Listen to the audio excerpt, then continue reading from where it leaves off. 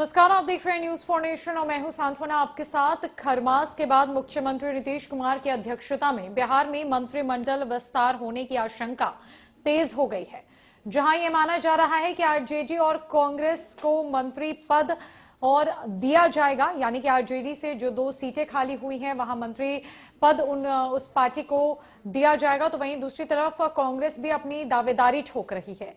जहां एक तरफ बीते दिनों जदयू के पार्लियामेंट्री अध्यक्ष उपेंद्र कुशवाहा को बिहार के उप मुख्यमंत्री बनाए जाने की चर्चा थी, तो वहीं अब सारी अफवाहों पर विराम लग चुका है। मुख्यमंत्री नीतीश कुमार ने इसे सिरे से खारिज कर दिया है।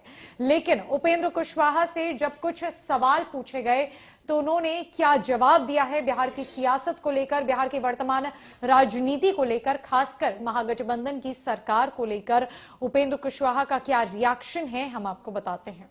दरअसल राजनीतिक गलियारे की बहुत तेज चर्चा के हिसाब से उपेंद्र कुशवाहा के कदम फिर डगमगा रहे हैं। अभी वे जदयू संसदीय बोर्ड के राष्ट्रीय अध्यक्ष हैं, किसी और पार्टी में जा सकते हैं, लेकिन उन्होंने इसे सिरे से नकारा है।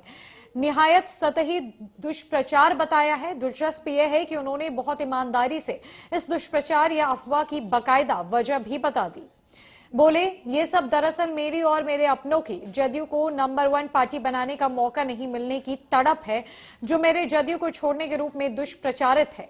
मैं वैसा खिलाड़ी हूं जिसे पवेलियन में बिठाकर रखा गया है, जबकि खेलने की बहुत दरकार है। हमारी पार्टी जदयू लगातार कमजोर हो रही है, उसको मजबूत करने की गंभीर कोशिश नहीं हो रही।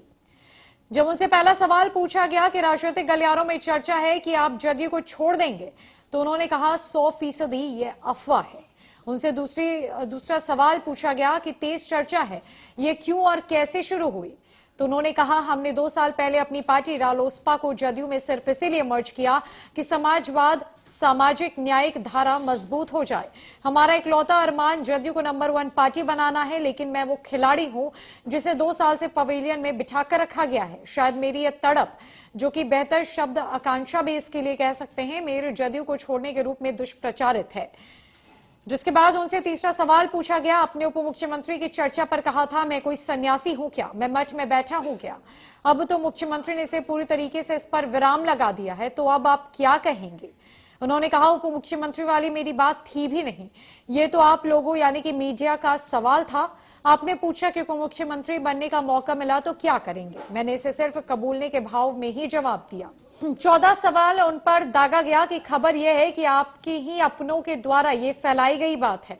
उन्होंने कहा बिल्कुल गलत, अगर ऐसा होता तो इसमें बुराई भी है क्या।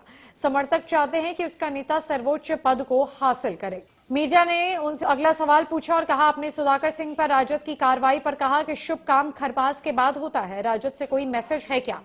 उन्होंने कहा कोई मैसेज तो नहीं है, हाँ हम बेसब्री से कार्रवाई का इंतजार जरूर कर रहे हैं। तेजस्वी जी ने भी यही कहा है।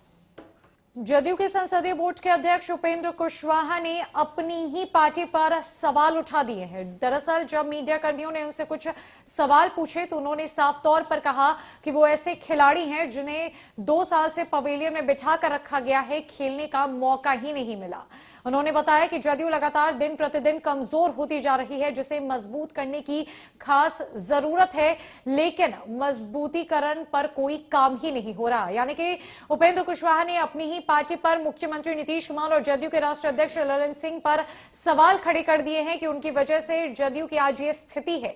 इतना ही नहीं, उन्होंने आरजेडी को भी चैलेंज किया है कि जिस दिन उपेंद्र कुशवाहा पिच पर उतरेंगे, यानी कि मैदान पर सियासी खेल खेलेंगे, उस दिन आरजेडी को नंबर 1 की पार्टी से पछाड़कर जदयू को नंबर 1 बनाकर ही रहेंगे।